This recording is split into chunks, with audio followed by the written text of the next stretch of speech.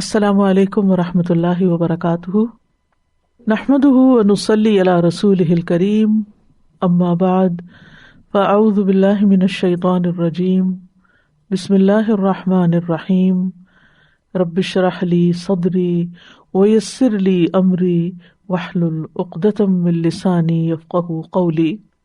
وما نرسل المرسلین الا مبشرین ومنذرین، اور نہیں ہم بھیجتے رسولوں کو۔ مرسلین کس کی جمع ہے؟ مرسل کی۔ مرسل ایک کو کہتے ہیں اور مرسلین جمع کو۔ اور نہیں ہم بھیجتے رسولوں کو الا مگر مبشرین، خوشخبری دینے والے۔ خوشخبری کس کو کہتے ہیں؟ ایسی خبر کو جو آپ کے چہرے پر اثر انداز ہو، یعنی بشر سے، یعنی آپ کا چہرہ بتائے کہ آپ خوش ہو گئے۔ ومنذرین، اور ڈرانے والے۔ اور انذار کس کو کہتے ہیں؟ شفقت کے ساتھ ڈرانے کو۔ یعنی رسولوں کو اللہ تعالیٰ نے ایک خاص مقصد کے ساتھ بھیجا ہے اور ایک خاص پیغام کے ساتھ، اور یہ اللہ کی رحمت کا تقاضا تھا کہ وہ بندوں کو ان کے دین پر عمل کرنے کے لیے معلم یا رہنما عطا کرے۔ تو اللہ تعالیٰ نے اپنی رحمت کی وجہ سے انسانوں کی ہدایت کا بندوبست کیا، کیونکہ انسان کو اللہ نے اپنی عبادت کے لیے پیدا کیا، اور عبادت مخصوص طریقے پر اللہ کی بندگی کرنے کو کہتے ہیں۔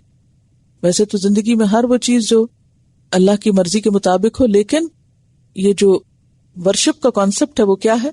مخصوص طریقے پر، اور صرف طریقہ نہیں بلکہ 6 بنیادیں کہ جن کو ملحوظ رکھنا ضروری ہے عبادت میں: سبب، جنس، قدر، کیفیت، زمان اور مکان۔ یعنی عبادت کے لیے کیا کیا شرائط ہوتی ہیں؟ سبب سے کیا مراد ہے؟ مثلا رمضان آ گیا تو یہ کیا ہے؟ ایک ریزن ہے۔ پھر اسی طرح قدر، یعنی اس کا ایک اندازہ ہے کہ 29 دن ہے یا 30 دن ہے۔ پھر کیفیت، روزہ رکھنے کی ایک کیفیت ہے۔ پھر زمان، ایک وقت ہے، حتی یتبین الخیط الابیض من الخیط الاسود، سفید دھاری اور سیاہ دھاری الگ ہو جائے، اس سے لے کر ثم اتم الصیام الی اللیل، تو وہ کیا ہے؟ یعنی اس کا ڈیوریشن ہے کہ کب سے کب تک روزہ رکھو مثلا۔ پھر اسی طرح کچھ عبادات کے لیے مکان کی بھی ضرورت ہے۔ مکان کا مطلب کیا ہے؟ یعنی جگہ۔ مثلا حج ایک مخصوص جگہ پر ہوگا، آپ گھر میں بیٹھ کے یا اپنے شہر میں وہی سارے اعمال کر کے عبادت نہیں کر سکتے۔ تو عبادت کس کو کہیں گے؟ مخصوص طریقے پر، مخصوص انداز سے، مخصوص وقت میں یا مخصوص جگہ پر، مخصوص طریقے پر اللہ کی بات ماننا۔ مثلا کھانا پینا حلال ہے، لیکن روزے میں ایک خاص وقت کے بعد آپ نہیں کھا سکتے۔ اسی طرح اور بہت سی مثالیں، اگر آپ ان باتوں کو یاد رکھیں تو آپ دیکھیں گے کہ آپ کا دماغ کھل جائے گا۔ عبادت من مانے طریقے سے کسی کام کو کرنا نہیں ہوتا ہے۔ اب جیسے یہ کہا گیا کہ جس نے شک کا روزہ رکھا اس نے ابو القاسم کی نافرمانی کی۔ اب ہم کہ نہیں، میرا بہت دل چاہتا ہے کہ پورے مہینے روزے رکھ کے عادت ہوتی تو میں تو عید کے دن کا بھی پسند کرتی ہوں کہ روزہ رکھ لوں، یا کیا پتا نہ ہی دکھا ہو چاند اور میں ایسے ہی روزہ نہ رکھوں، چلو میں عید کے دن بھی روزہ رکھ لوں، تو یہ بھی درست نہیں ہوگا۔ یعنی محض وہم و گمان پر آپ کی بنیاد نہیں ہوگی بلکہ یقین پر ہوگی۔ تو رسول جو آئے ہیں وہ بندوں کو عبادت کے طریقے سکھانے کے لیے آئے ہیں، اور اس کے لیے پھر ہمیں یہ دیکھنا ہوگا کہ اللہ تعالیٰ کو مطلوب کیا ہے۔ مثلا وضو ایک عبادت ہے، طہارت ایک عبادت ہے نا۔ اب وضو کیسے کریں؟ یہ نہیں کہ اگر ایک شخص اٹھ کے کہے کہ یہ طریقہ بہت عمدہ ہے تو آپ اس پہ چل پڑیں، دوسرا کہے یہ طریقہ، تو نہیں، دلیل کے ساتھ جو پیغمبر نے طریقہ بتایا ہے اس کے مطابق اگر آپ ہاتھ منہ دھوتے ہیں تو وہ کیا ہوگا؟ عبادت۔ اور اگر آپ اس طریقے کے الٹ کرتے ہیں تو آپ بے شک سارے اعضاء دھو لیں، مثلا آپ پہلے پاؤں دھو لیں، پھر منہ دھو لیں، پھر بازو دھو لیں، تو طریقہ آپ کا درست نہیں رہا، تو کیا ہوگا؟ وہ چیز عبادت کی حد سے باہر آ جائے گی۔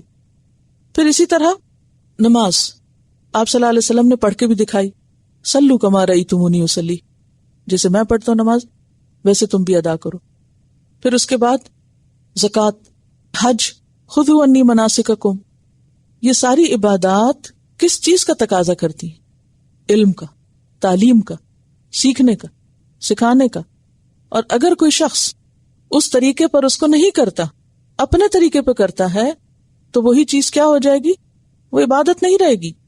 تو یہ اللہ تعالیٰ کی بڑی خاص رحمت ہے کہ اس نے پیغمبر بھیجے جنہوں نے آ کر لوگوں کو عبادت کے طریقے بتائے، پھر بات ماننے والوں کو خوشخبری سنائی اور نہ ماننے والوں کو یعنی ان طریقوں کی مخالفت کرنے والوں کو انذار کیا یا ڈرایا. فمن آمنا، تو جو مان گیا، ایمان لے آیا. ایمان لانے کا مطلب یہاں کیا ہوگا؟ یعنی پیغمبروں کی تعلیم کو، جس میں سب سے پہلے اللہ پر، رسولوں پر، وہ ایمان کی ساری برانچز جو آپ جانتے ہیں.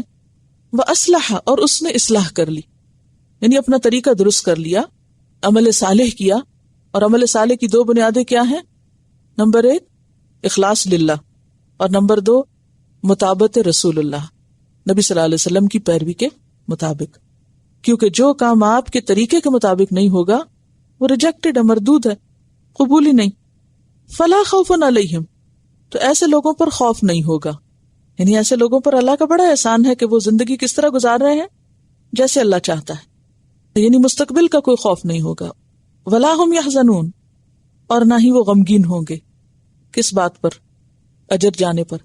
کیونکہ بدعت پر اجر نہیں ہے نا. بدعات جو ہیں وہ کیا ہے؟ عمل صالح کے خلاف، یعنی عمل صالح میں نہیں آتی.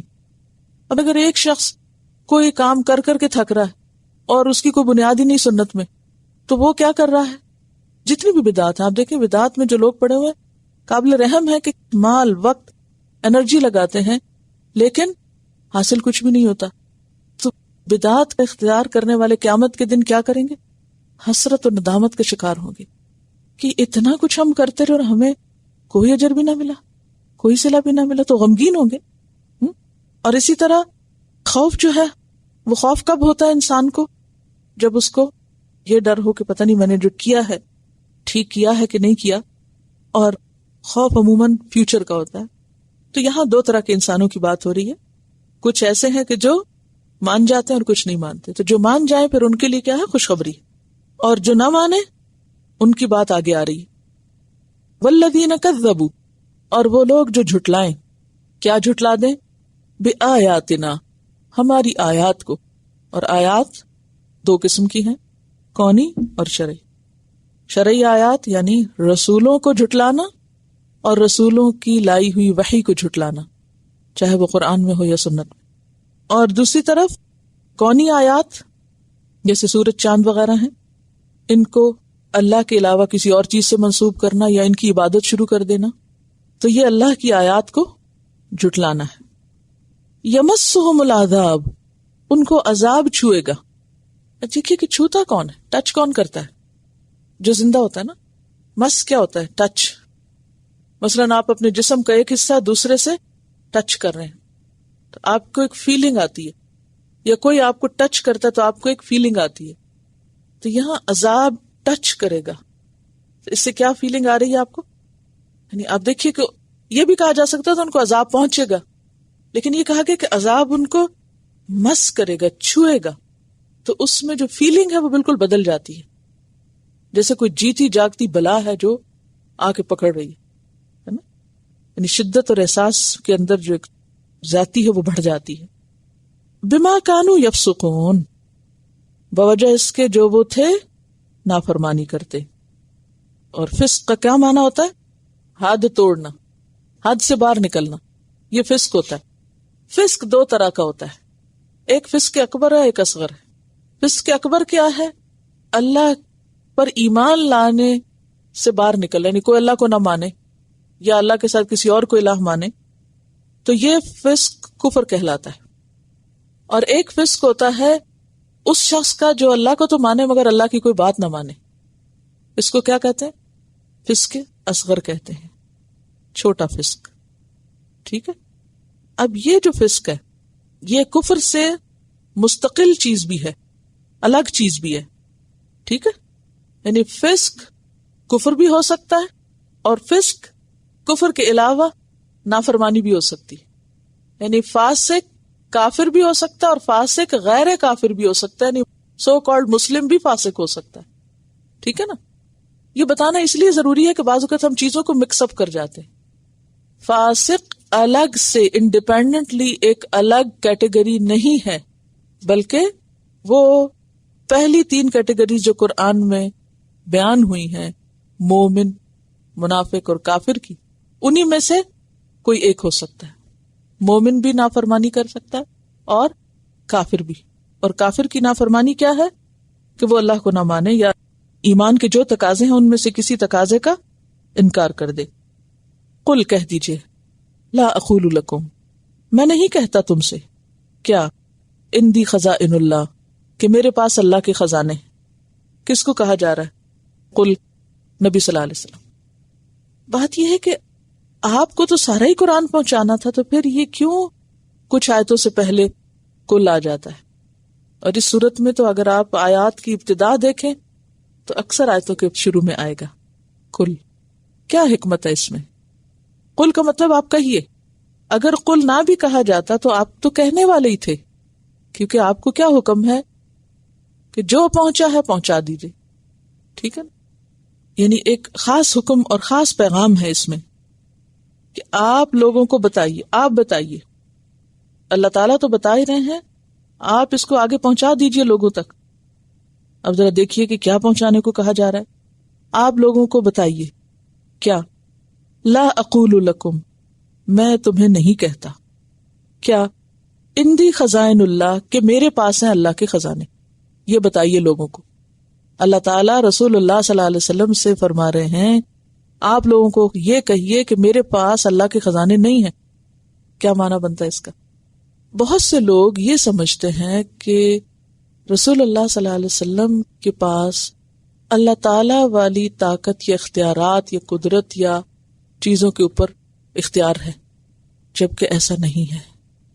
ایسا سمجھنا شرک میں آ جاتا ہے. اسی لیے بعض لوگ جب مثلا مدینہ جاتے ہیں تو براہ راست اللہ کے رسول صلی اللہ علیہ وسلم سے مانگنے لگ جاتے ہیں، ان سے دعائیں کرنے لگتے ہیں. کیا سوچ کے کہ آپ خزانوں کے مالک ہیں. ایسی ہے نا کہ اللہ نے آپ پر وحی اتاری اور آپ آگے لوگوں کو دے رہے ہیں. خزائن اللہ، خزائن جو ہے خزانے سے ہے، خازانون اس کا روٹ ہے، اور اس میں ہر طرح کی چیزیں آتی ہیں، یعنی ہر قسم کا رزق. اب آپ دیکھیے کہ اگر اللہ کے رزق کی کنجیاں آپ کے ہاتھ میں ہیں تو پھر اگر عملی طور پر دیکھیں تو نبی صلی اللہ علیہ وسلم کے گھر 2 مہینے چولہا نہیں جلتا تھا. اگرچہ آپ کو اختیار دیا گیا تھا کہ آپ چاہے تو ایک بادشاہ نبی بن جائیں، لیکن آپ نے اپنے لیے فقر کو پسند کیا. پھر اسی طرح چلیے، وہ تو آپ نے اگر اپنے لیے پسند کیا، لیکن بعض صحابہ کرام ایسے تھے جیسے خود حضرت ابو ہریرہ ہیں کہ بعض اوقات بھوک کی وجہ سے بے ہوش بھی ہو جاتے تھے. جہاد پر آپ جاتے ہیں اور لشکر کے لیے چند کھجوروں کے سوا کچھ نہیں. ایسی مثالیں موجود ہیں نا کہ مسلمان شدید معاشی پریشانیوں کا شکار ہوئے.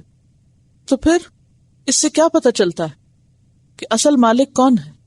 اللہ سبحانہ وتعالی. لا اقول لکم، میں نہیں کہتا تم سے کہ اللہ کے خزانے میرے ہاتھ میں ہیں. ولا، اور نہ، عالم، میں جانتا ہوں، الغیب، غیب کو. نہ میں یہ کہتا ہوں کہ میں غیب جانتا ہوں، میں غیب نہیں جانتا. دیکھیے غیب 2 طرح کا ہوتا ہے. غیب کا لفظی معنی کیا ہے؟ غیب کہتے ہیں کل ما غاب فہو غیب، ہر وہ چیز جو غائب ہے وہ غیب ہے. یہ اس کا لفظی معنی ہے. لیکن غیب 2 طرح کا ہوتا ہے. ایک ہوتا ہے نسبی اور ایک ہوتا ہے مطلق. نسبی کیا ہوتا ہے؟ جو کچھ لوگوں کے لیے غیب ہوتا ہے اور کچھ لوگوں کے لیے غیب نہیں ہوتا. مثلا اس وقت باہر سڑک پر کیا ہو رہا ہے، آپ میں سے کس کس کو پتا ہے؟ یہ آپ کے لیے کیا ہے؟ غیب ہے نا. لیکن جو شخص باہر جا رہا ہے سڑک پہ مثلا کوئی، تو وہ اس کے لیے کیا ہے؟ غیب ہے. اس کے لیے غیب نہیں. تو یہ غیب نسبی ہے، یعنی جو چند لوگوں کی آنکھوں سے اوجھل ہوتا ہے اور چند کو نظر آ رہا ہوتا ہے. اور ایک ہے غیب مطلق جو کسی کو بھی نظر نہیں آتا، سب سے غائب ہے. مثلا جنت، جہنم، اللہ تعالی، فرشتے، یہ کیا ہے؟ غیب مطلق میں آ جاتے ہیں. غیب حقیقی میں تو نبی صلی اللہ علیہ وسلم غیب نہیں جانتے تھے. بعض اوقات ایسا ہوتا تھا کہ جیسے کوئی صحابی نہیں تشریف لاتے تھے مجلس میں تو آپ پوچھتے تھے کہ اس کو کیا ہوا، وہ نظر نہیں آ رہا. حضرت ابو ہریرہ ایک دفعہ آپ کے پاس بیٹھے ہوئے تھے مجلس میں، تو اچانک کھسک کے باہر نکل گئے، پھر تھوڑی دیر کے بعد آ گئے. تو آپ نے پوچھا ابو ہریرہ تم کہاں تھے؟ اس سے کیا پتا چلتا ہے کہ آپ کو غیب کا نہیں پتا تھا، اگر پتا ہوتا تو آپ ابو ہریرہ سے کیوں پوچھتے؟ ٹھیک ہے نا. یہ جو لوگ کہتے ہیں آپ ہر جگہ حاضر ہیں، ہر جگہ دیکھتے ہیں، یہ کس طرح صحیح ہو سکتا ہے؟ اگر آپ ہر جگہ دیکھتے تو آپ ابو ہریرہ سے نہ پوچھتے کہ وہ کہاں سے واپس آئے. تو غیب کا علم اللہ ہی کے پاس ہے، اور اللہ تعالی اپنے غیب میں سے جس کو جتنا دینا چاہے اس کے لیے وہ چن لیتا ہے اپنے پیغمبروں کو، اور کچھ باتیں ان کو غیب کی بتا دیتا ہے.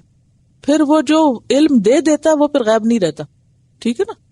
مثلا نبی صلی اللہ علیہ وسلم کو کچھ ایسی باتیں اللہ تعالیٰ نے بتائی تھی کہ جو دوسرے لوگوں کو نہیں پتا تھی. مثلا آپ نے جبریل علیہ السلام کو دیکھا تھا جبکہ عام لوگوں نے نہیں دیکھا تھا.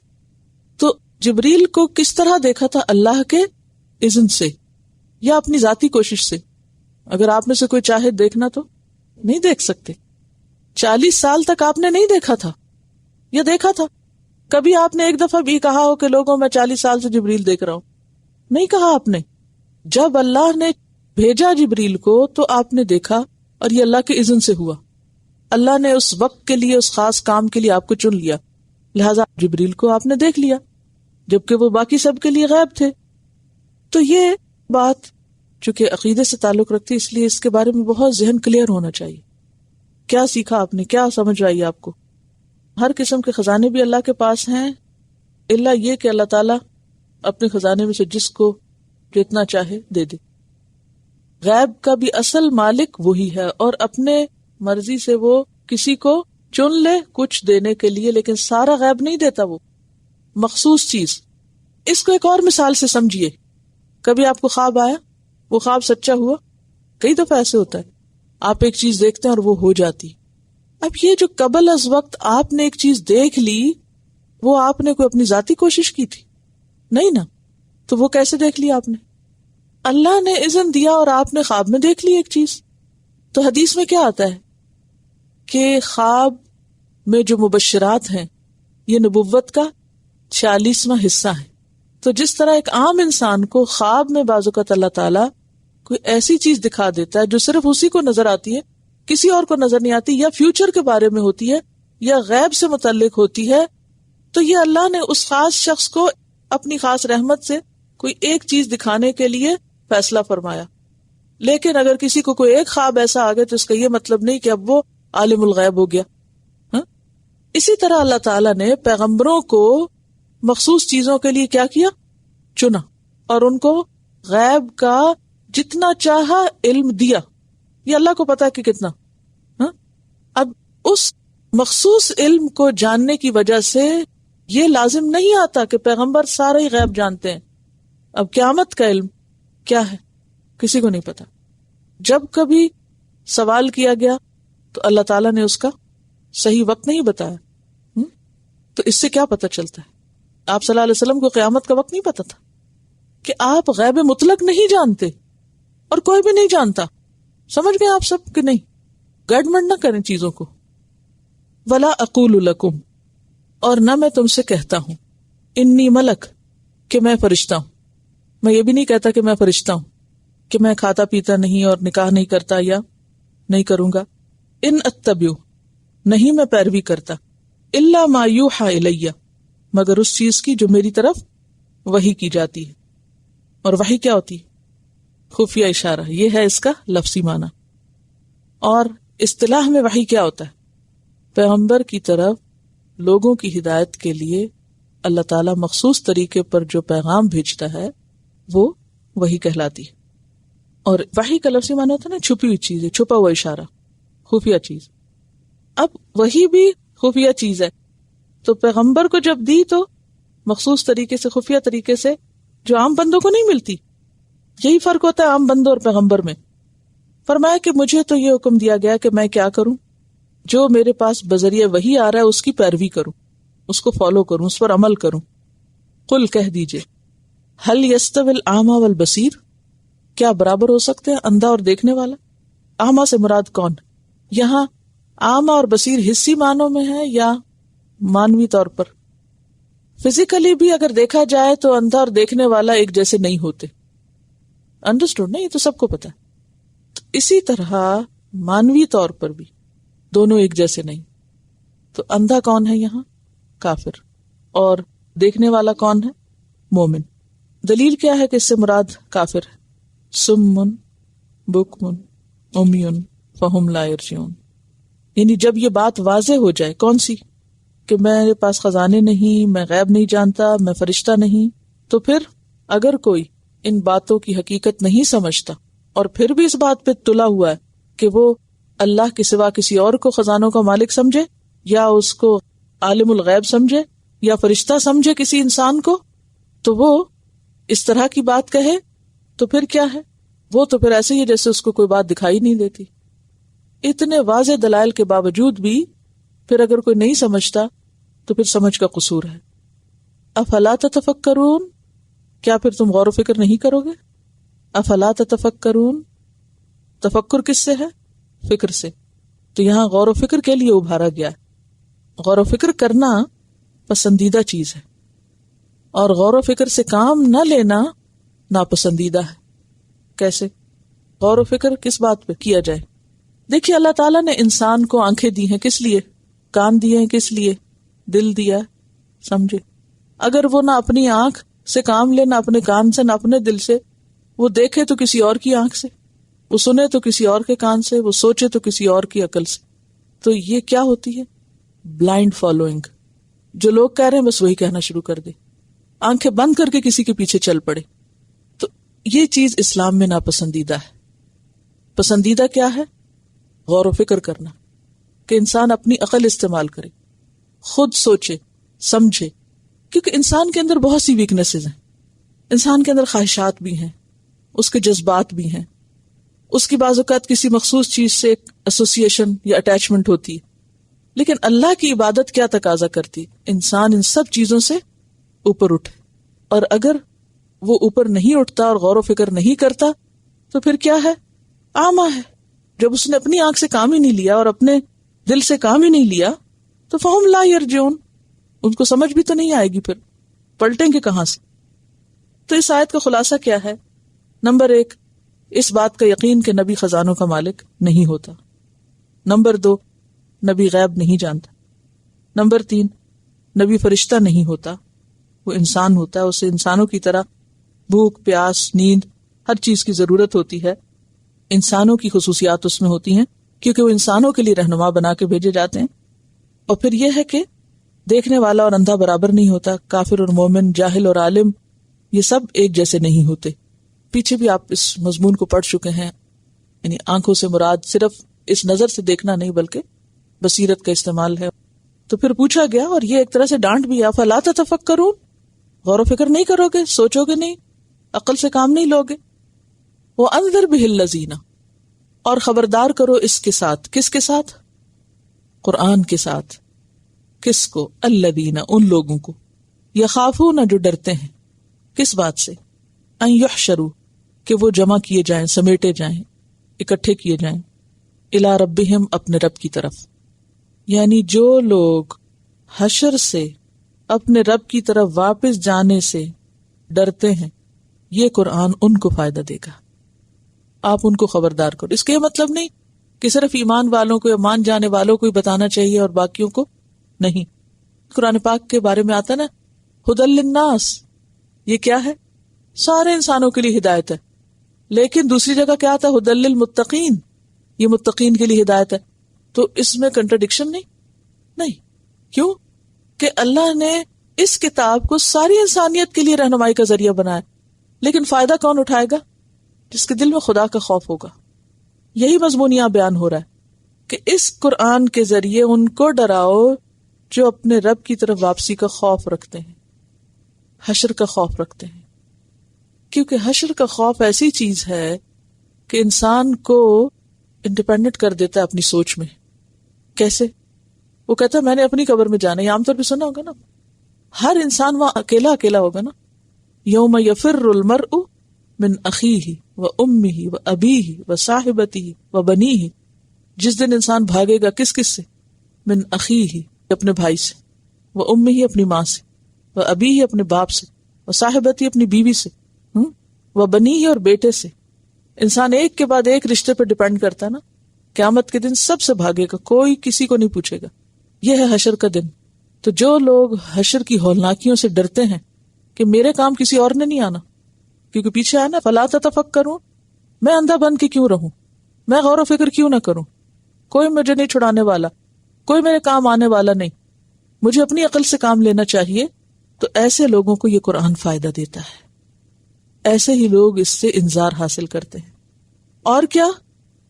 لیس لہم من دونہ ولی ولا شفیع، جن کو اس بات کا یقین ہے کہ اللہ کے سوا نہ کوئی ولی ہے نہ شفیع ہے. ولی کس کو کہتے ہیں؟ دوست، مددگار. اور شفیع سفارشی. شفاعت کیا ہوتی؟ سفارش کیا ہوتی؟ دیکھیے، شفاعت کا معنی ہوتا ہے توسط، بیچ میں ڈالنا، انٹرسیشن. ٹھیک ہے، انٹرسیڈ کرنے کا کیا معنی ہوتا ہے؟ بیچ میں پڑنا، ذریعہ استعمال کرنا. جیسے آپ ایک کام کریں، آپ سے نہیں ہو رہا تو آپ کیا کرتے ہیں؟ کسی اور کو بیچ میں ڈالتے ہیں. یہ عام روزمرہ زندگی میں یہ ہوتا نہیں کہ کوئی کام آپ کو کرنا ہوتا ہے، آپ سمجھتے میں نہیں کر سکتا یا میری نہیں سنی جائے گی یا کچھ، تو آپ کسی اور کو بیچ میں لے آتے ہیں. یہ آپ نے کیا کی؟ دراصل سفارش. جو اچھے نیک کام کی سفارش بھی کر دے، اس کے لیے کیا حکم پڑا آپ نے؟ اس کو اس کا اجر ملے گا، صرف سفارش میں بھی اجر. اور اگر کوئی غلط کام کی سفارش کرتا ہے تو وہ اس کا بھی بھگتے گا. تو ہر انسان کو پھر عقل استعمال کرنی چاہیے کہ وہ اندھا دھند سفارش بھی نہ شروع کر دے. جیسے آپ کے پاس حضرت اسامہ کو بھیجا گیا تھا، کس کام کے لیے؟ قریش کی ایک عورت نے چوری کی تھی، تو آپ نے کیا کہا؟ اس پر حد جاری کیجیے. لوگوں نے کہا کہ یہ تو بڑا مشکل ہے، کسی ایسے شخص کو بھیجتے ہیں جس سے حضور بہت پیار کرتے ہوں، بے حد محبت کرتے ہیں. سب نے سوچ سمجھ کے حضرت اسامہ کو چنا، کیونکہ آپ حضرت اسامہ سے بہت محبت کرتے تھے، حضرت زید کے بیٹے تھے. کہا کہ ان کی بات تو حضور ٹالیں گے ہی نہیں. جب حضرت اسامہ کو بھیجا گیا تو آپ نے کیا فرمایا؟ وہ سفارش لے کے گئے تھے نا کہ آپ فاطمہ کا ہاتھ نہ کاٹے. تو آپ نے کیا فرمایا تھا؟ اگر اس وقت فاطمہ بنت محمد بھی چوری کرتی تو میں اس کا ہاتھ بھی کاٹتا. تو آپ نے سفارش قبول نہیں کی. تو یہ ہوتی ہے شفاعت، کہ کسی کو کچھ فائدہ پہنچانے کے لیے یا کسی نقصان سے بچانے کے لیے بیچ میں پڑھ کے اس کی مدد کرنا. شفا کا لفظی معنی ہوتا ہے دو، یعنی ایک ہوتا ہے نا وطر اور ایک ہوتا ہے شف. والشفع والوتر، وطر اکیلے کو کہتے ہیں اور شف دو کو کہتے ہیں، ایون اینڈ آڈ نمبر جو ہوتے ہیں. ٹھیک ہے، اب ایک اکیلا نہیں کام کر پا رہا تو دوسرا بیچ میں پڑھ کے کیا کر رہا ہے؟ اس کی مدد کر رہا ہے. یہ کانسیپٹ ہے شفاعت کا. قیامت کے دن شفاعت ہوگی. شفاعت کی کئی قسمیں ہیں، یعنی شفاعت کا لفظ پڑھ کے یہ نہ سوچا کرے بس ایک ہی شفاعت. ایک ہے شفاعت عظمی. شفاعت عظمی کیا ہے؟ شفاعت عظمی وہ شفاعت ہے جس میں حشر کے دن حساب کتاب شروع کرنے کے لیے آپ شفاعت کریں گے. جب کچھ لوگ حضرت آدم کے پاس جائیں گے، حضرت نوح کے پاس جائیں گے، پھر اس کے بعد آپ صلی اللہ علیہ وسلم کے پاس آئیں گے اور آپ شفاعت کریں گے. یہ شفاعت عظمی. اس کے بعد اگلی شفاعت کہاں ہے؟ جنت میں پہنچنے کے بعد جو اہل ایمان کبائر کی وجہ سے دوزخ میں جا چکے ہوں گے ان کو نکلوائیں گے. دیکھیے اس وقت آپ کیا کریں گے؟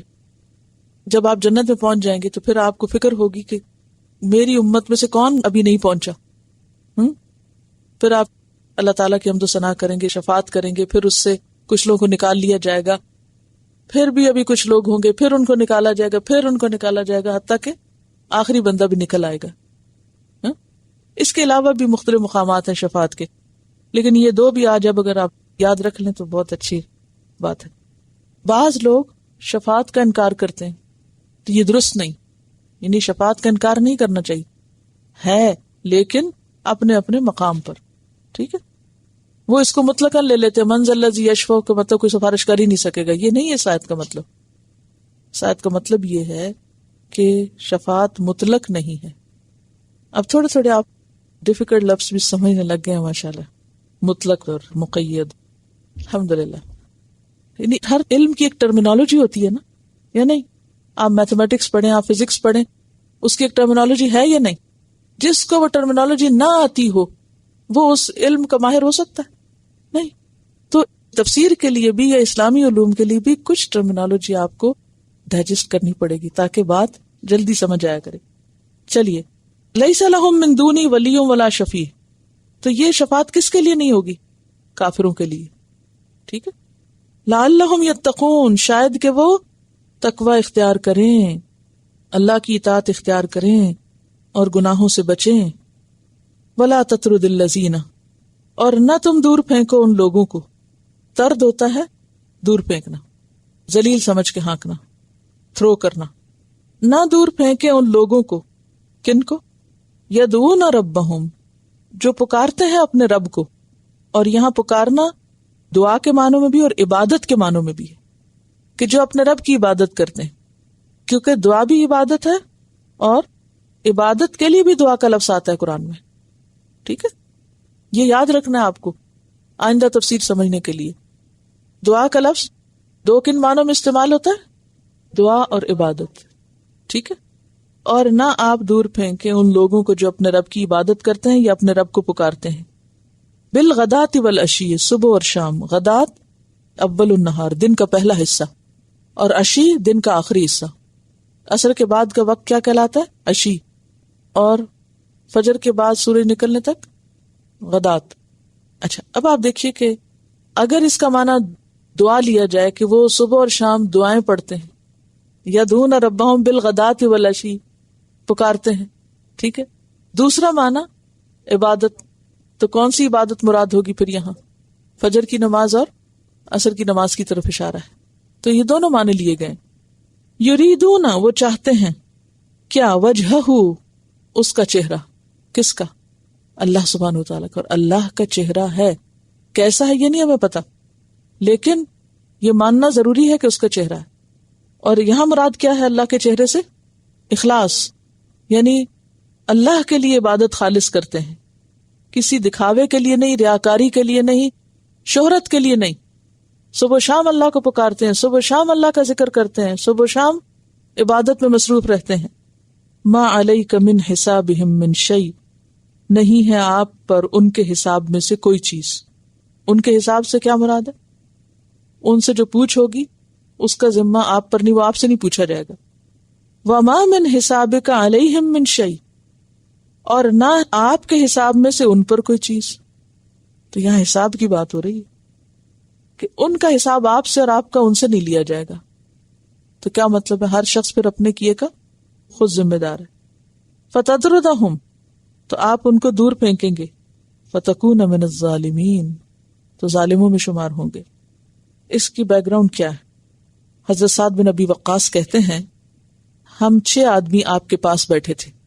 مشرکین نے آپ سے کہا ان لوگوں کو اپنی مجلس سے نکال دیں تاکہ یہ ہم پر جرأت نہ کریں. وہ 6، ایک تو یہ خود ہیں، پھر عبداللہ بن مسعود، حذیل کے ایک آدمی، بلال، اور وہ 2 جن کا میں نام نہیں لیتا. بہرحال 6 صحابی تھے. یہ فقراء میں سے تھے، کپڑا بھی نہیں تھا اور زندگی کی سہولت بھی نہیں تھی، اور یہ آپ کی مجلس میں آ کے بیٹھتے تھے. اب آپ کو معلوم ہے کہ جب آپ نے اسلام کی دعوت دی تو غلام اور مظلوم اور محروم طبقات جو تھے وہ پہلے آگے بڑھے.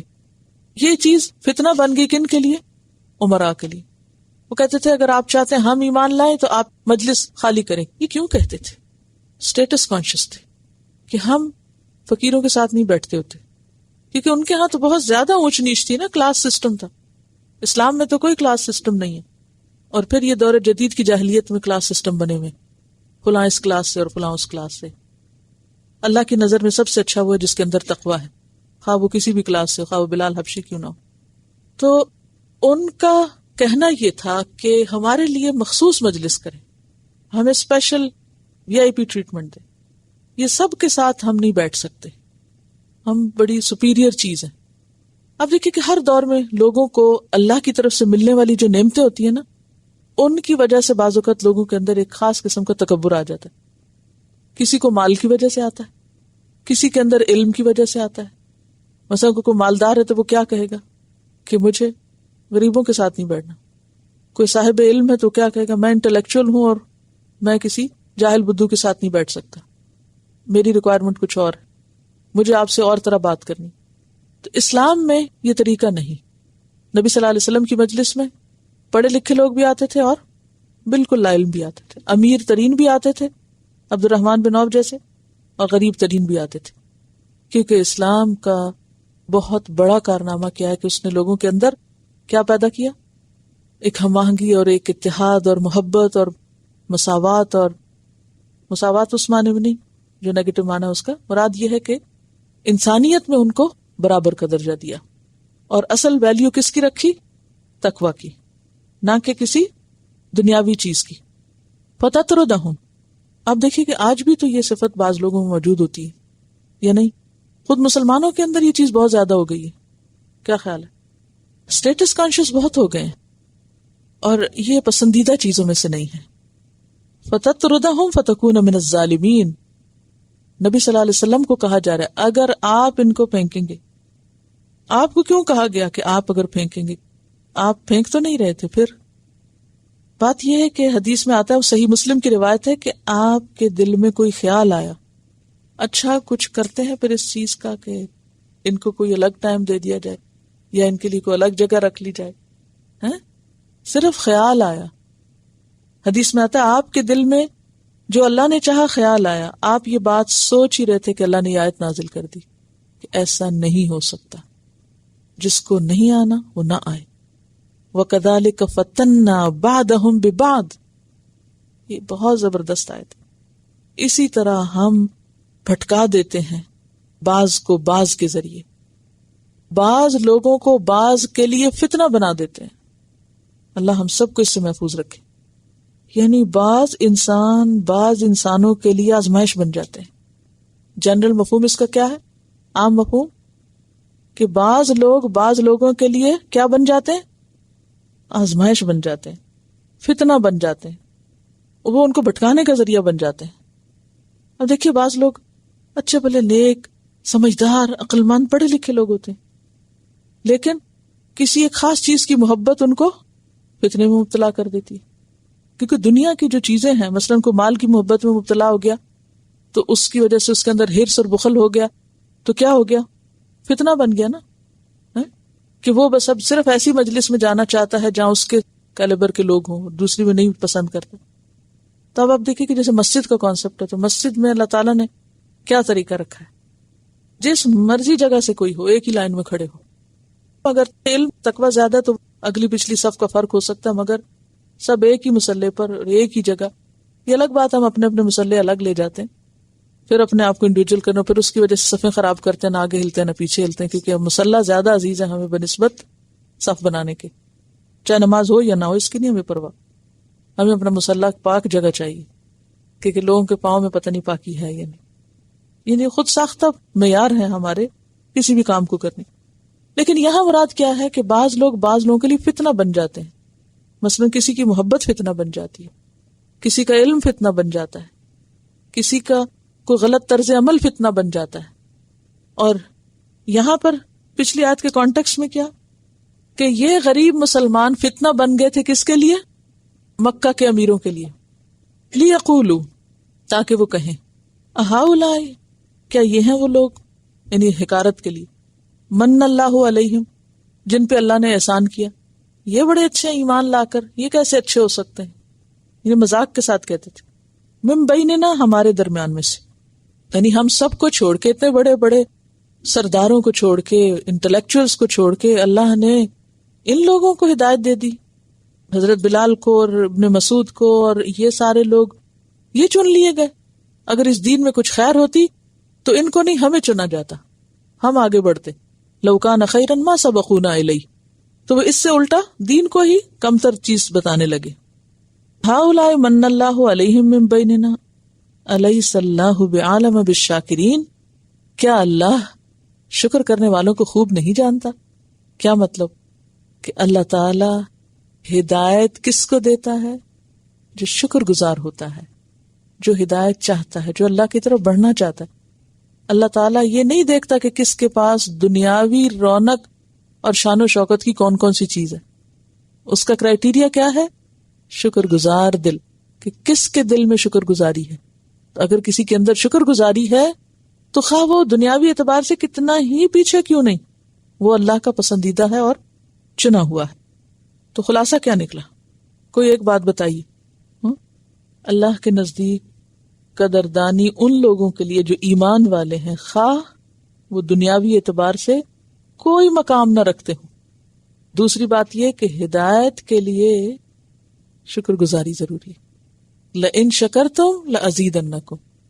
اچھا بعض اوقات ہمیں جو کچھ مل رہا ہوتا ہے اس پہ ہم مطمئن نہیں ہوتے, ہم کہتے نہیں میرا لیول اس سے زیادہ, مجھے اور چاہیے. بھئی جو پہلے مل رہا ہے اس کو تو لے لو, پھر آگے بڑھنا, پھر اور لے لینا. یعنی چھوٹی چیز پہ راضی نہیں ہوتے. بعض اوقات ہوتا ہے کہ ہم کسی ایسے شہر میں، ایسے ملک میں، ایسی جگہ پر ہیں جہاں ہمارے لیے علم حاصل کرنے کے کوئی زیادہ ذرائع نہیں ہے، فیسلٹیز نہیں ہیں. تو اب کوئی شخص اس لیے جاہل رہے کہ چونکہ یہاں یونیورسٹی نہیں ہے تو میرا کوئی فیوچر نظر مجھے نہیں آتا، تو کیا ضرورت ہے مجھے پرائمری کرنے کی جب میں یونیورسٹی جانا ہی نہیں، ہاں تو میں اسکول جاتا ہی نہیں. تو یہ اس قسم کا لاجک جو ہے یہ درست نہیں. اللہ تعالیٰ کا طریقہ کیا ہے کہ جب انسان کو کوئی چیز وہ دیتا ہے تو وہ یہ دیکھتا ہے کہ وہ اس کو کس دل کے ساتھ قبول کرتا ہے. جب وہ قبول کر لیتا ہے تو اللہ تعالیٰ اگلا راستہ بھی کھول دیتے ہیں، پھر اس سے اگلا راستہ بھی کھول دیتے ہیں، پھر اس سے آگے بھی دے دیتے ہیں. ہاں تو جو اللہ کی خاص نعمت ہے نا ہدایت کی، اس کے لیے ضروری ہے کہ انسان شکر گزار بنے. وَإِذَا جَاءَكَ الَّذِينَ يُؤْمِنُونَ بِآيَاتِنَا، یہ بہت خوبصورت آیت ہے. جب آئے آپ کے پاس، کس کے پاس؟ نبی صلی اللہ علیہ وسلم کے پاس. کون؟ الذین، وہ لوگ، یعنی یہ فقراء وغیرہ جو ایمان لا چکے ہیں. یؤمنون بآیاتنا، جو ایمان لاتے ہیں ہماری آیات پر. فقل سلام علیکم، تو آپ ان کو ویلکم کیجئے، آپ ان کو کہیے سلام علیکم. وہ اپنے ایمان کی وجہ سے اللہ کے نزدیک اتنی زیادہ اہمیت رکھتے ہیں کہ نبی صلی اللہ علیہ وسلم کو حکم دیا جا رہا ہے کہ یہ غریب اور کمزور اور دنیاوی اعتبار سے پیچھے رہنے والے لوگ جب آپ کے پاس آئیں، آپ کی مجلس میں آئیں، تو ان کو دور پھینکنے کی بجائے کیا کریے؟ فقل سلام علیکم، ان پہ سلامتی بھیجیے. اور روایات میں آتا ہے کہ آپ صلی اللہ علیہ وسلم ان لوگوں کو سلام کرنے میں پہل کرتے تھے اور زیادہ ان پہ توجہ دیتے تھے. اور ایک موقع پر جب حضرت ابن ام مکتوم سے آپ نے تھوڑا سا دل تنگ کیا تھا تو فوراً آیت اتری عبس وتولی ان جاءہ الاعمی. اس سے کیا سبق ملتا ہے ہم سب کو؟ عموماً لوگ سلام کس کو پہلے کرتے ہیں؟ جس کے پاس کوئی سٹیٹس ہو، دولت، مقام، رتبہ، واٹ ایور، دنیاوی اعتبار سے. اس کے پاس سارے آگے بڑھ بڑھ کے خوب جا کے سلام کریں گے، نہ بھی موقع ہوگا تو سلام کرنے پہنچیں گے. اور جو ان کے پاس بیٹھا ہوا کوئی غریب فقیر شخص و خواہ اس کے دل میں اللہ کے بارے میں کتنا ایمان ہو، اس کو تو دیکھیں گے بھی نہیں، اس کو شکل بھی یاد نہیں ہوگی ان کو کہ کوئی میرے پاس بھی تھا. دس از رانگ. وہ چاہیں گے کہ وہ ان کو سلام کریں کیونکہ وہ ان سے کم تر درجے میں، وہ سلام کریں ان کو آگے. وہ کیوں کریں؟ تو کیا اخلاق سکھا رہا ہے ہمیں دین کہ اصل ویلیو اور قدر کس بنیاد پر ہوگی انسانوں کی؟ ایمان اور تقوی، چاہے وہ کسی امیر میں ہے چاہے وہ کسی غریب میں ہے. اور اگر کوئی سٹیٹس میں انتہائی کمزور ہے لیکن اگر دین میں آگے ہے تو وہ اس بات کا مستحق ہے کہ اسے آگے بڑھ کر گلے لگایا جائے. کتب ربکم علی نفسہ الرحمہ، تمہارے رب نے اپنی ذات پر رحمت لکھ رکھی ہے. انہ من عمل منکم سوءا، انہ بے شک، یہ جو ہو کی ضمیر ہے نا اس کو ضمیر شان کہتے ہیں. ایک دفعہ آپ جان لیں تو آئندہ ترجمے پر مشکل نہیں ہوگی. جو کسی کی طرف بھی نہیں لوٹتی، ٹھیک ہے، یعنی اپنے ہی حالت کی ہے. انہ بے شک، یعنی اس کا ترجمہ اگر آپ ہو کا نہ بھی کریں تو بھی بات واضح ہوگی. بے شک من عمل منکم سوءا، جو بھی تم میں سے کوئی برا کام کر لے، سوء، لیکن کیسے کرے؟ بجہالت، جہالت کے ساتھ. اور پیچھے یہ مضمون آ چکا ہے کہاں؟ سورۃ النساء میں. کیا بتایا گیا؟ کہ جو شخص جہالت سے غلطی کر لے، اور جہالت دو طرح کی ہوتی ہے، یاد ہے آپ کو؟ ایک جہالت جو لا علمی ہوتی ہے اور دوسری جہالت لا علمی نہیں ہوتی لیکن جذبات سے مغلوب ہو کے یا پھر انسان غصے، غیظ، غضب، محبت یا کسی بھی چیز سے مغلوب ہو کے کوئی غلط کام کر بیٹھے تو وہ اس وقت وہ جہالت کا شکار ہو گیا، اس کی عقل پہ پردہ پڑ گیا. ٹھیک ہے، یعنی ایک جہالت کیا ہے؟ ٹوٹل لا علمی، پتہ ہی نہیں، اور دوسری کیا؟ پتہ ہے لیکن اس وقت جب کہ وہ گناہ کر رہا تھا اس کی عقل پہ پردہ پڑ گیا تھا. اچھا بعض اوقات ایسا ہوتا ہے نا کہ اچانک کوئی آپ سے کچھ پوچھ بیٹھتا ہے، اچھا آپ اس کو بالکل غلط جواب دے دیتے ہیں، بعد میں آپ ندامت کرتے ہیں کہ میں تو جھوٹ ہی بول گئی. کبھی ہوا ایسے آپ کے ساتھ؟ کوئی آپ کی انٹینشن نہیں تھی، کیا ہوا؟ آپ کا دھیان کہیں اور تھا، یا آپ اس وقت مینٹلی حاضر دماغ نہیں تھے اور آپ کچھ اور ہی سوچ رہے تھے، تو کسی نے اچانک آپ سے آ کے پوچھا اچھا تم نے یہ کام کر لیا؟ تو آپ کو ہاں بالکل کر لیا. اچھا جو چلے گئے تو پتا اوہ میں تو کیا ہی نہیں، یہ کیا ہوا؟ اکثر ایسے ہو جاتا نا. اب یہ جو غلطی ہوئی یہ کس وجہ سے ہوئی؟ جہالت سے. اب یہ جو جہالت ہے یہ نہیں کہ وہ شخص ان پڑھ ہے، یہ معنی نہیں ہوتا. جہالت کا معنی یہاں ان پڑھ ہونا نہیں ہے، پڑھا لکھا ہے، اس کو سب پتا ہے صحیح کیا ہے غلط کیا ہے، لیکن وقتی طور پہ اس کے عقل پہ پردہ آ گیا اور وہ بھول گیا، اور اس کو اصل حکم یاد نہ رہا، یا اصل بات یاد ہی نہیں تھی، یا حافظہ کمزور ہو گیا، یا کچھ ایسی وجہ. جیسے لغو قسموں پہ پکڑ نہیں نا، تو ایسے اس قسم کی بھول چوک پہ بھی پکڑ نہیں. لیکن ظاہر اس نے ایک کام تو کیا، لیکن اللہ تعالیٰ نے اپنے اوپر رحمت لکھ رکھی کہ اس طرح کے بھولنے والوں کو اللہ تعالیٰ معاف کر دے گا. اور پھر ثم تاب من بعدی، اس کے بعد توبہ کر لی. تو اس توبہ کا کیا مطلب ہے کہ فوراً پلٹ آیا اور وہ بلا کے بات سنو، وہ بات ایسے نہیں تھی، ایسے تھی، وہ میرے سے غلطی ہو گئی. یہ ہے پلٹنا. یعنی اگر کسی کو آپ غلط انفارمیشن دے چکے ہیں تو اگر آپ کے بس میں تو آپ اس کو درست کر دیں. اور اگر اس کو بھی بھول گئے یا وہ بھی ہاتھ سے بات نکل گئی، اللہ بہتر جانتا ہے کہ ایک شخص معذور ہو گیا، اب عذر ہے اس کا. ثم تاب من بعدہ، پھر اس نے اس کے بعد توبہ کر لی، ندامت، شرمساری، توبہ کی بات پیچھے گزر چکی، وَأَصْلَحَ، اور اصلاح کر لی، جو چیز خراب ہوئی تھی اس کو صحیح کر لیا. فَأَنَّهُ غَفُورٌ الرحیم، تو بے شک اللہ تعالی غفور الرحیم ہے. وَكَذَلِكَ نُفَصِّلُ الْآيَاتِ، اور اس طرح ہم کھول کھول کے بیان کرتے ہیں آیات. وَلِتَسْتَبِينَ سَبِيلُ الْمُجْرِمِينَ، اور تاکہ واضح ہو جائے مجرموں کا راستہ.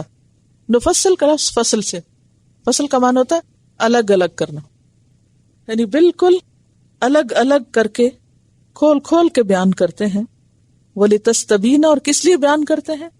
تاکہ حق واضح ہو جائے، سامنے آ جائے، کھل جائے. قل کہہ دیجیے، انی نہیت، مجھے تو روکا گیا ہے، ان اعبد الذین، کہ میں عبادت کروں ان لوگوں کی جن کو تم پکارتے ہو اللہ کے سوا، جھوٹے الہ. یعنی مجھے منع کیا گیا کہ جن کو تم پکارتے ہو ان کو میں نہ پکاروں یا میں ان کی عبادت نہ کروں. یہ کس کو کہا جا رہا ہے؟ نبی صلی اللہ علیہ وسلم. اور آپ کو کہا جائے آپ ذرا ان کو بتا دیجئے کہ مجھے روکا گیا ہے کہ میں غیر اللہ کی عبادت نہ کروں، یعنی اس عبادت کے کرنے سے روکا گیا. قل لا اتبع اہواءکم، کہہ دیجئے میں تمہاری خواہشات کی پیروی نہیں کرتا، کیونکہ تمہارے پاس کوئی دلیل نہیں ہے، یہ بس تمہارا خیال ہے. تو اس سے کیا بات پتہ چلتی ہے کہ عبادت کے نام پر ہم جو بھی کام کریں وہ محض خواہشات کی پیروی میں نہ کریں، جذبات کے نام پر نہ کریں، بلکہ آیات کی بنیاد پر کریں، دلائل کی بنیاد پر کریں. تو یہاں غیر اللہ کی عبادت سے روکا گیا کیونکہ غیر اللہ کی عبادت کے لیے میرے پاس کوئی دلیل ہی نہیں. قد دللت، تحقیق میں تو بھٹک گیا. اذن، تب، یعنی اگر میں ایسا کروں، کیا خواہشات کی پیروی، تمہارے پیچھے چلوں، تمہاری مرضی کو فالو کروں، تو میں تو پھر بھٹک گیا، میں تو سیدھے رستے پر ہی نہ رہا. وما انا من المہتدین، اور نہیں میں ہدایت پانے والوں میں سے. قل کہہ دیجئے، انی، بے شک میں، علی بینۃ، واضح دلیل پر ہوں. بینہ کس کو کہتے ہیں؟ روشن دلیل. میں روشن دلیل پر ہوں، من ربی، اپنے رب کی طرف سے. وکذبتم بھی، اور تم اس کو جھٹلا رہے ہو. ما عندی، نہیں میرے پاس. ما تستعجلون بھی، جس کی تم جلدی مچا رہے ہو. کس کی؟ عذاب یا پھر معجزہ وغیرہ لانے کی. وہ کیا کہتے تھے؟ ہم مانیں گے تمہیں اگر تم ہمیں معجزہ دکھا دو، اگر ہم نہیں مانتے تو لے آؤ عذاب. فرمایا یہ میرے ہاتھ میں نہیں، کیونکہ پیچھے کہا گیا نا میں خزانوں کا مالک نہیں. کیوں؟ ان الحکم الا للہ، کہ حکم بس اللہ ہی کا ہے، اسی کا حکم چلتا ہے. یقص الحق، وہ حق بیان کرتا ہے. قصہ یقص کا لفظی معنی کیا ہوتا ہے؟ پیچھے پیچھے آنا، حق کی پیروی کرنا. وہ پیروی کرتا ہے حق کی اپنے فیصلوں میں. وَهُوَ خَيْرُ الْفَاصِلِينَ، اور وہ بہترین فیصلہ کرنے والا ہے. فاصل بمانا حاکم. قل، آپ کہہ دیجئے، خطاب ہے رسول اللہ صلی اللہ علیہ وسلم سے، لو، اگر، انا، بے شک، اندی، میرے پاس ہوتا، ما تستعجلون بہ، جس کو تم جلدی مانگ رہے ہو. کیا چیز؟ عذاب یا قیامت کو لانا، فیصلے کا دن. کہ اگر وہ میرے پاس ہوتا تو میں فوراً وہ تمہیں دکھا دیتا یا قیامت قائم کر دیتا، اور میرے اور تمہارے درمیان جو بھی جھگڑا تھا وہ سارے کا سارا ختم ہو جاتا، فیصلہ ہو جاتا. قصہ پاک ہو جاتا، جو فیصلہ قیامت کے دن ہوگا وہ آج ہی ہو جاتا۔ واللہ اعلم بالظالمین، اور اللہ خوب جاننے والا ہے ظالموں کو، یعنی اللہ کو پتا ہے کہ کون کون ظالم ہے، لہذا وہ ان سب ظالموں سے حساب لے گا اور ان سے بدلہ بھی لے گا، ان کو ان کے ظلم کی جزا بھی دے گا۔ وعندہ مفاتح الغیب، اور اسی کے پاس ہے، کس کے پاس؟ اللہ کے پاس۔ اور عندہ کا لفظ پہلے آیا ہے حصر کے لیے کہ صرف اسی کے پاس ہے کیا؟ مفاتح الغیب، غیب کی کنجیاں۔ مفاتح کا لفظ جو ہے فتح سے ہے، فتح کا معنی ہوتا ہے کھولنا، اور مفتاح کہتے ہیں کنجی کو یا چابی کو، کی بند چیز کو کھولنے کا آلہ۔ مفتاح مفعال کے وزن پر اسم آلہ ہے۔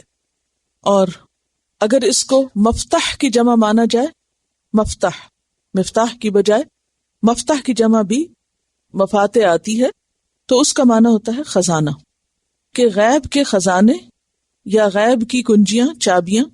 اور چابی کس کام کے لیے استعمال ہوتی؟ کسی چیز کو کھولنے کی، کہ جو چیزیں اللہ کے علم غیب میں ہیں ان کی جو کنجیاں ہیں وہ بھی اللہ کے پاس ہیں۔ لا یعلمھا، نہیں جانتا ان کنجیوں کو یا ان خزانوں کو، الا ہوا، مگر وہ خود ہی۔ تو اس سے کیا پتہ چلتا ہے کہ اللہ کے علم غیب میں کوئی اور شریک نہیں ہے۔ غیب تک جانا تو درکنار، جو راستہ اس طرف لے جاتا ہے، اس کا جو دروازہ ہے، اس دروازے کا جو تالا ہے، اس تالے کی جو چابی ہے، وہ بھی نہیں کسی کو پتا۔ اس کو ایک عام چھوٹی سی مثال سے سمجھیے کہ اگر آپ کے گھر کو لاک لگا ہوا ہو اور آپ کے پاس چابی نہ ہو اور آپ کو یہ بھی نہ پتا ہو کہ ہے کس کے پاس، تو آپ اندر کیسے جا سکتے ہیں؟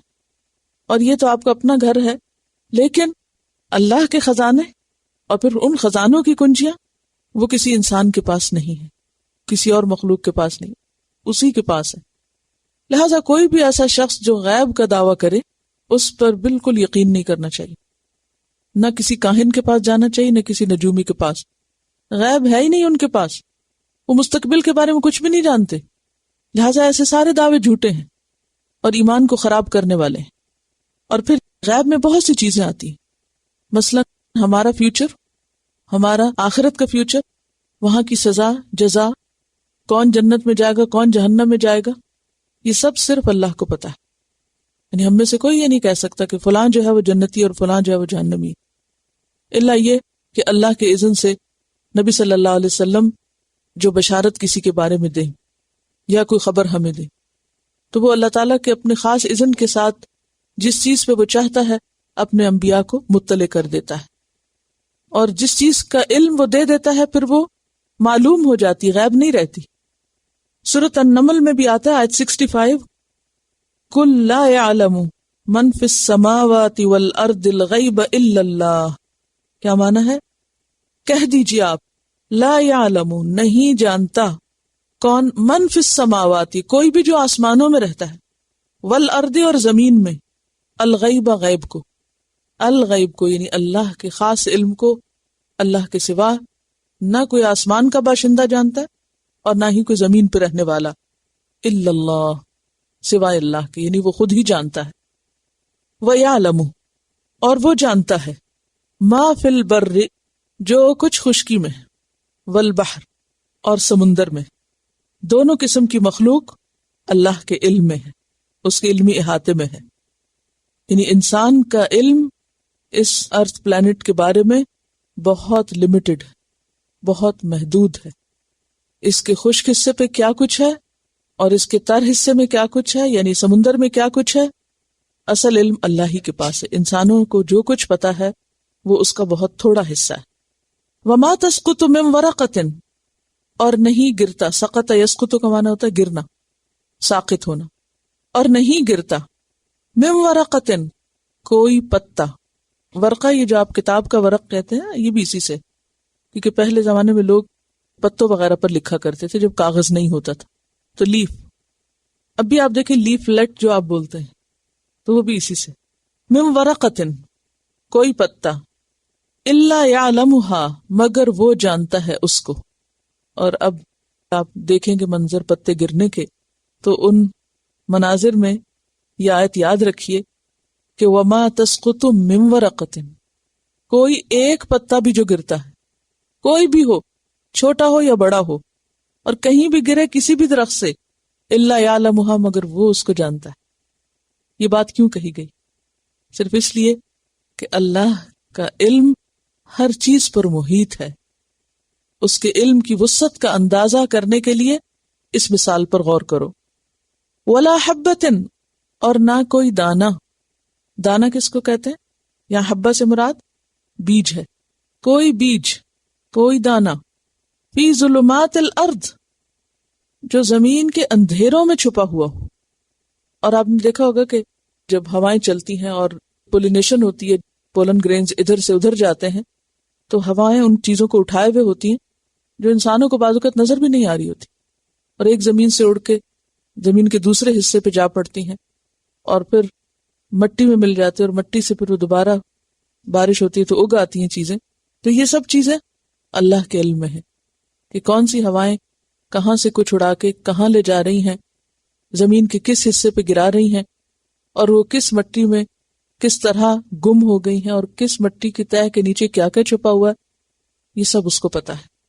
یہ بات بھی اللہ کے وسیع علم کی دلیل ہے۔ ولا رطب، اور نہ کوئی تر چیز، ولا یابس، اور نہ کوئی خشک چیز، یعنی کچھ زمین کا کچھ حصہ کیا ہے، رطوبت والا ہے، گیلی مٹی ہے، اور کچھ حصہ بالکل ڈرائی ہے، جیسے صحرا وغیرہ۔ صحرائی علاقوں میں آپ زمین کھودیں بھی تو خشک ریت اور مٹی ملے گی، لیکن کچھ علاقے ایسے ہیں کہ تھوڑی سی بھی آپ زمین ڈگ کریں تو کیا ہوتا ہے، تر زمین نکلتی۔ تو یہ سب بھی اس کے علم میں ہے۔ پھر اسی طرح تر سے مراد اگنے والی چیزیں بھی لی گئی ہیں، اور یابس سے مراد نہ اگنے والی چیزیں، یعنی وہ چیزیں جو گرو کرتی ہیں اور وہ چیزیں جو گرو نہیں کرتی، وہ ساری کی ساری الا فی کتاب مبین، مگر ایک کھلی کتاب میں ہے۔ اور یہ کھلی کتاب کون سی کتاب ہے؟ لوح محفوظ، یعنی لوح محفوظ میں، اللہ کے رجسٹر میں، ریکارڈ میں تمام کی تمام چیزیں لکھی ہوئی ہیں، موجود ہیں، جن کو وہی جانتا ہے۔ اللہ کے علم غیب کے بارے میں سورۃ لقمان کی آیت 34 بھی بہت اچھی طرح وضاحت کرتی ہے، جس میں آتا ہے ان اللہ عندہ علم الساعہ، کہ بے شک اللہ تعالیٰ ہی کے پاس ہے قیامت کا علم، وَيُنَزِّلُ الْغَيْثَ، اور وہ اتارتا ہے بارش، وَيَعْلَمُ مَا فِي الْأَرْحَامِ، اور وہ جانتا ہے رحموں میں کیا ہے، یعنی ماں کے پیٹ میں کیا ہے، اور نہ صرف یہ کہ انسان بلکہ جتنے بھی مادہ ہیں۔ وَمَا تَدْرِي نَفْسٌ، اور انسان نہیں جانتا، ماذا تکسب غداً، کہ وہ کل کیا کرے گا۔ آج آپ میں سے کوئی نہیں جانتا کہ اس کا کل کا دن کیسا گزرے گا اور کل کیا ہونے والا ہے۔ اگر ہم کچھ بھی پلاننگ کرتے ہیں تو وہ صرف ہمارا ایک اندازہ ہوتا ہے، لیکن حقیقت میں نہیں پتا ہوتا۔ تو اس لیے انسان کو نہ بہت لمبی امیدیں باندھنی چاہیے، اور نہ ہی انسان کو بہت پریشان اور پشیمان ہونا چاہیے۔ وما تدری نفس بأی ارض تموت، اور نہیں جانتا کوئی شخص کہ وہ کس زمین پہ مرے گا، اس کی موت کہاں آئے گی۔ اس سے مراد کون سا ملک بھی ہو سکتا ہے، یعنی اپنے گھر میں مریں گے یا گھر سے باہر مریں گے، کسی اسپتال میں مریں گے، یا راستے میں سڑک پہ ہوں گے، یا سفر میں ہوں گے، یا کہاں ہوں گے کہاں نہیں، کسی کو نہیں پتا۔ وہ تو جب موت آتی تو پھر ہی پتا چلتا ہے کہ اچھا یہ زمین لکھی ہوئی تھی۔ تو اس لیے اس بارے میں بھی انسان کو بہت حسرت یاد سے کام نہیں لینا چاہیے کہ کاش وہ فلاں جگہ نہ جاتا تو وہ نہ مرتا۔ تو جگہوں سے کوئی فرق نہیں پڑتا، وہ تو جس کی جہاں لکھی ہوئی ہے وہ تو وہیں آنی ہے۔ اس آیت سے ہمیں کیا پتہ چلتا ہے؟ دو باتیں۔ نمبر ایک، علم کل اللہ ہی کے پاس ہے، اور علم کل سے مراد کیا ہے؟ وہ بھی جو ظاہر ہے اور وہ بھی جو غائب میں۔ وَلَا يُحِيطُونَ بِشَيْءٍ مِّنْ عِلْمِهِ إِلَّا بِمَا شَاءَ، اور اللہ کے علم کا احاطہ نہیں کر سکتا کوئی مگر جتنا وہ خود چاہے۔ اللہ تعالیٰ جتنا جس بندے کو دینا چاہے، تھوڑا یا زیادہ، وہی جانتا ہے اور وہی دیتا ہے۔ اور پھر علم دینے والا بھی اللہ ہی ہے، اسی لیے دعا مانگی جاتی رب زدنی علما، کہ اللہ ہمارے علم میں اضافہ کر دے، ہمیں زیادہ کر دے علم میں، اور ہمارا علم بڑھا، کیونکہ خدا کی خاص نعمت ہے۔ پھر اس کے بعد دوسری اہم بات یہ پتہ چلتی ہے کہ غیب کا علم اللہ کے سوا کسی کو نہیں، حتیٰ کہ پیغمبروں کو بھی نہیں۔ اور غیب دو طرح کا ہوتا ہے، ایک ہوتا ہے نسبی اور ایک ہوتا ہے مطلق یا حقیقی۔ نسبی جو آپ کی نسبت سے غائب ہے، یعنی آپ سے غائب ہے لیکن دوسرے سے نہیں، اور حقیقی سب سے ہی غائب ہے، کسی کے پاس بھی نہیں۔ تو اب آپ دیکھیے کہ بعض لوگ یہ سمجھتے ہیں کہ کچھ انسانوں کے پاس غیب کا علم ہوتا ہے، لہذا کبھی وہ ایک در پہ جاتے ہیں، کبھی دوسرے پہ بھٹکتے ہیں، کبھی ایک کاہن کے پاس، کبھی دوسرے نجومی کے پاس، کبھی نیک بزرگوں کے پاس، کبھی کسی کے پاس، کہ آپ تو جانتے ہیں، آپ کو پتا ہوگا یہ ہمارے ساتھ کیا ہو رہا ہے، یہ کیوں ہو رہا ہے، اور یہ کب ہوگا، آخر میرا کام کب تک ہوگا، یہ میری مشکل کب تک آسان ہوگی۔ اس قسم کی ساری باتیں شرک میں شامل ہوتی ہیں، اور یہ تصور بھی غلط ہے کہ کوئی انسان ہمارے مسائل کا حل جانتا ہے اور وہ یہ جانتا ہے کہ جو کچھ ہماری بیماری یا کیفیت ہے اس کی کوئی غیبانہ خبر اس کو معلوم ہے۔ ہاں، آلات کے ذریعے کچھ معلوم کرنا غیب میں نہیں آتا۔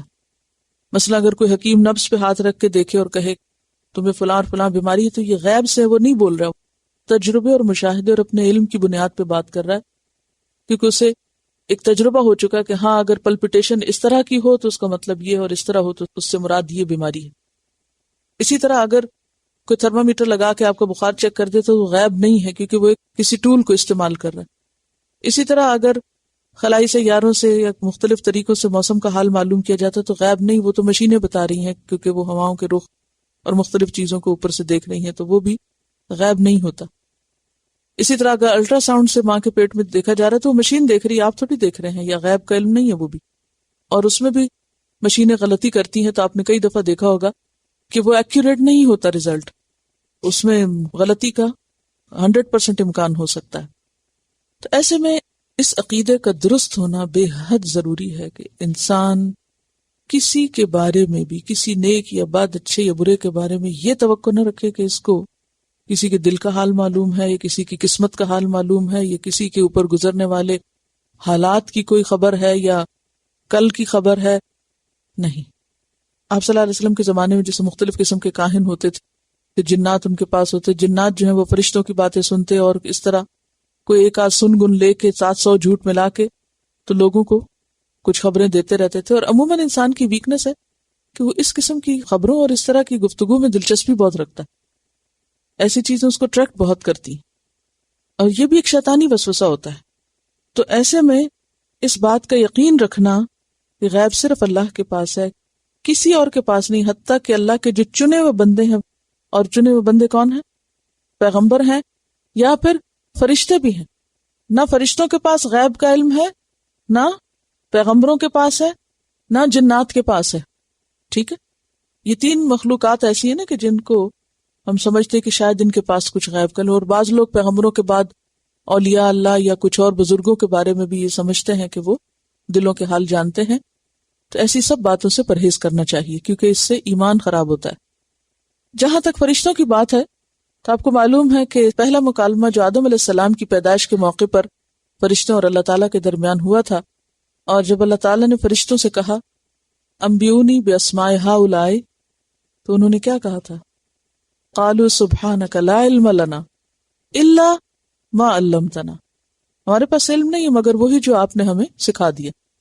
جہاں تک جنوں کا تعلق ہے تو جنوں کے بارے میں، جنوں کا ایک گروہ جب اس نے نبی صلی اللہ علیہ وسلم کا قرآن سنا تو وہ بہت حیران ہوئے، اور جب آسمان پر سخت پہرے لگے تو اس وقت بھی وہ کیا کہنے لگے؟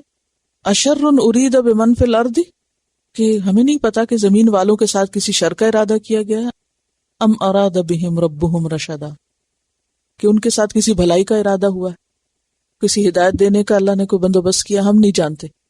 ان کو بھی پورا علم نہیں ہوتا۔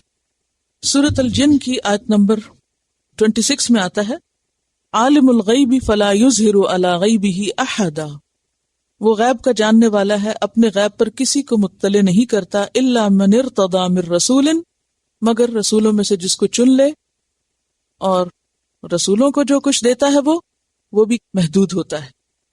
اب جنوں کے علم کے بارے میں سنیے کہ وہ کتنا جانتے ہیں۔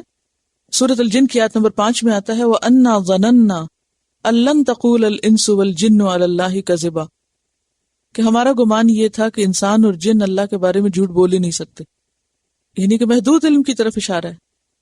پھر اسی طرح وہ کہتے ہیں کہ وہ انا لمسنا السماء فوجدناها ملئت حرسا شدیدا وشوبا، کہ ہم نے آسمان کو چھو کر دیکھا تو وہاں پر تو شدید پہرا تھا اور شہاب ثاقب گر رہے تھے. وَأَنَّا كُنَّا نَقْعُدُ مِنْهَا مَقَاعِدَ لِلسَّمْعِ، اس سے پہلے ہم وہاں پر کہیں نہ کہیں سنگن لینے کے لیے جگہ پا لیتے تھے بیٹھنے کی. فَمَن يَسْتَمِعِ الْآنَ، اب جو جا کے کچھ سنتا ہے، یجد لہو شہاب الرصد، تو شہاب اس کے پیچھے تاک میں لگا ہوتا ہے. وَأَنَّا لَا نَدْرِي أَشَرٌ أُرِيدَ بِمَنْ فِي الْأَرْضِ أَمْ أَرَادَ بِهِمْ رَبُّهُمْ رَشَدًا، ہمیں کچھ معلوم نہیں کہ زمین والوں کے ساتھ کسی شر کا ارادہ کیا گیا ہے یا ان کا رب ان کی کوئی بھلائی چاہتا ہے. یہ کون کہہ رہا ہے؟ وَأَنَّا لَا نَدْرِي، ہم نہیں جانتے، جنوں کو بھی نہیں پتا. فرشتوں نے تو کہا لا علم لنا، ہمیں نہیں پتا. پیغمبروں کو جب وہ چنتا ہے غیب کا کچھ علم دینے کے لیے تو وہ بھی بہت محدود ہوتا ہے، جتنا وہ چاہتا ہے اتنے پہ اطلاع کر دیتا ہے، پھر وہ معلوم ہو جاتا ہے. لیکن کوئی شخص اگر یہ سمجھے کہ پیغمبروں کو غیب مطلق یا غیب حقیقی کا پتہ ہے تو یہ بات درست نہ ہوگی. کیوں؟ مثال کے طور پر آپ دیکھیے نوح علیہ السلام کو اللہ سبحانہ وتعالیٰ جب وہ دعا مانگتے ہیں تو سورۃ ہود کی آیت 46 میں کیا فرماتے ہیں؟ لا تسألنی ما لیس لک بہ علم، کہ نوح ایسی بات کا سوال نہ کرو جس کا تمہارے پاس علم نہیں. تو اس سے کیا ثابت ہوتا ہے کہ مخصوص اور محدود علم پیغمبروں کو بھی دیا گیا ہے. پھر اسی طرح اس کے بعد ہم دیکھتے ہیں حضرت ابراہیم علیہ السلام، جب ان کے پاس فرشتے آئے تھے خوشخبری لے کر تو انہیں کیا پتا چلا تھا کہ یہ انسان ہے، یہ فرشتے؟ کھانا پکانے لگے، کھانا لا کے رکھ دیا، جو اس بات کی کھلی دلیل ہے کہ انہیں غیب کا علم نہیں تھا. وہ تو یہ بھی نہیں پہچان سکے کہ یہ انسان ہے یا فرشتے ہیں. جب فرشتوں نے کھانا نہیں کھایا تو پھر انہیں پتا چلا کہ اچھا، اس سے پہلے انہیں خبر نہیں ہوئی. پھر اس کے بعد وہاں سے جب وہ لوط علیہ السلام کے پاس وہی فرشتے گئے تو وہ بھی نہیں پہچانے. وہ انہیں دیکھ کے پریشان ہو گئے اور کہنے لگے کہ اب یہ تو میرے لیے ایک اور مشکل وقت آ گیا اور قوم جو ہے وہ حملہ آور ہو جائے گی ان کے اوپر، تو کیا بنے گا؟ تو انہوں نے کہا انا رسول ربک، آپ فکر نہیں کریں، ہم تیرے رب کے بھیجے ہوئے فرشتے ہیں. پہلے تو وہ سمجھے ویسے ہی مہمان آئے، کوئی انسان آئے، لیکن پھر پتا چلا کہ یہ فرشتے ہیں. لن یصلوا الیک، وہ آپ تک نہیں پہنچ سکتے. پھر ہم دیکھتے ہیں یعقوب علیہ السلام، یوسف علیہ السلام کنعان کے کنویں میں تھے، قریب ہی تھے، کہیں کوئی پتہ نہیں چلا. بیٹوں نے آ کے جو کچھ بتایا اس پر صبر کر لیا، خبر نہیں. پھر کتنے سال یوسف علیہ السلام مصر پہنچ گئے، مصر میں رہے اور وہاں پر کس کس مقام پہ پہنچے. اتنے سالوں کی کوئی خبر نہیں باپ کو، حالانکہ پیغمبر ہیں باپ، تو پیغمبروں کو بھی اللہ تعالیٰ ہر غیب پر مطلع نہیں کرتا. پھر سلیمان علیہ السلام، ان کے لیے ہوائیں بھی مسخر ہیں، جنات بھی مسخر ہیں، جن سے وہ جو چاہیں معلوم کروائیں، یعنی دنیا کی خبریں. لیکن ایک ہدہد آ کے بتاتا ہے کیا؟ جی وہ کہتا ہے احطت بما لم تحط بہ، میں وہ خبر لایا ہوں جس کا آپ کو نہیں پتا. حیرت نہیں ہوتی؟ یعنی ایک انسان جس کے پاس وسائل نہ ہو وہ تو اور بات ہے، ان کے لیے تو ہوا مسخر تھی، پرندوں کی فوجیں مسخر تھی، چیونٹیوں کی زبان جانتے تھے، جنات مسخر تھے، ہر کام ان سے لیتے تھے. لیکن یہ نہیں پتا کہ قوم سبا جو 1500 میل دور ہے وہاں پر لوگ کس کی عبادت کرتے ہیں اور کیا کچھ ان کے عقائد ہیں اور کس حال میں رہتے ہیں. تو ہدہد نے جا کے جو کچھ دیکھا وہ خبر لایا اور کہنے لگا احطت بما لم تحط بہ وجئتک من سبأ بنبأ یقین، کہ میں تمہارے پاس قوم سبا کی یقینی خبر لے کر آیا ہوں. پھر اس کے بعد آپ دیکھیے رسول اللہ صلی اللہ علیہ وسلم کے بارے میں ایک بات میں نے آپ کو بتائی تھی کہ حضرت ابو ہریرہ آپ کے پاس سے اٹھ کے گئے تو آپ کو نہیں پتا چلا کہ کیوں گئے، واپس آئے تو خود پوچھا بھی کیوں گئے تھے تم.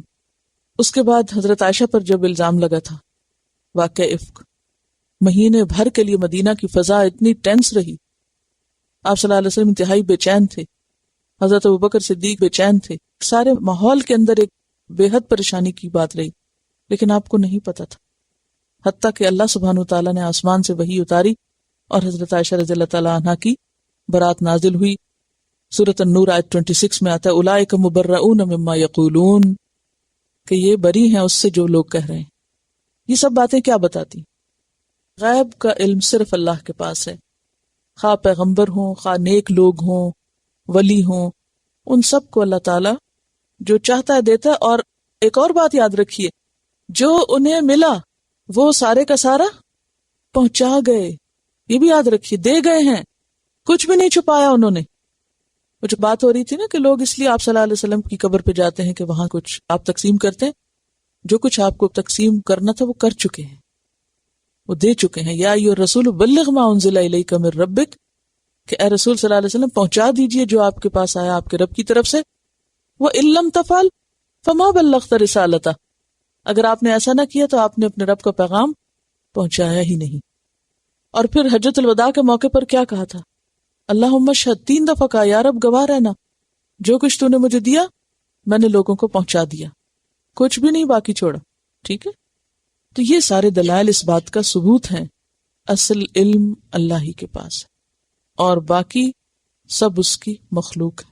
اور سب کے لیے کیا حکم ہے کہ وہ علم میں اضافے کی دعا مانگیں, مزید طلب کریں. رب زدنی علما, یہ کس کو کہا گیا؟ نبی صلی اللہ علیہ وسلم کو. وقل رب زدنی علما, آپ کہتے رہیے کہ اے میرے رب مجھے علم میں زیادہ کر دے, علم میں آگے بڑھا دے. اور یہاں پر یہ جو خاص بات ہے کہ وَيَعْلَمُ مَا فِي الْبَرِّ وَالْبَحْرِ, وہ جانتا ہے جو خشکی میں ہے اور جو سمندر میں ہے. خشکی کے بارے میں بہت ساری ظاہری چیزوں کا تو ہمیں علم ہے, لیکن سمندر کے بارے میں چند ایک باتیں آپ کو بتائیں گے.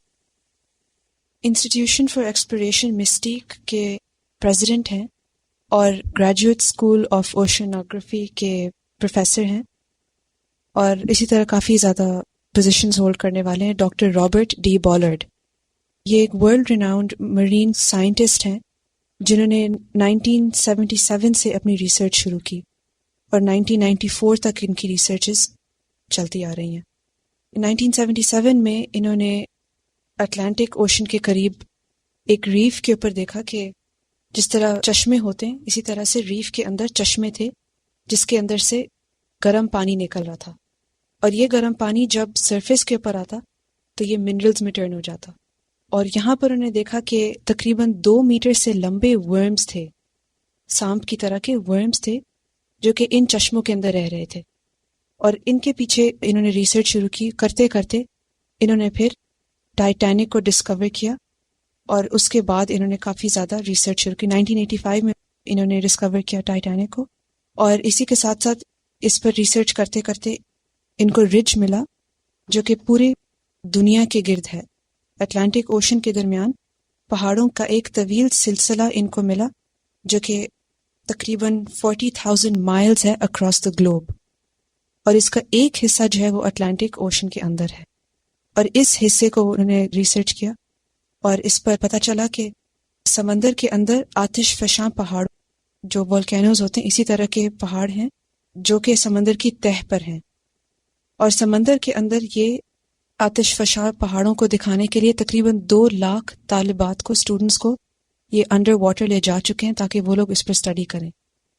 تو یو کین امیجن کہ کتنا واسٹ یہ چیز ہے, کتنی میسو چیز ہے جس کو سکھانے کے لیے اسٹوڈنٹس کو اوپر سے نہیں بتا رہے بلکہ نیچے انڈر واٹر لے کر جا رہے ہیں.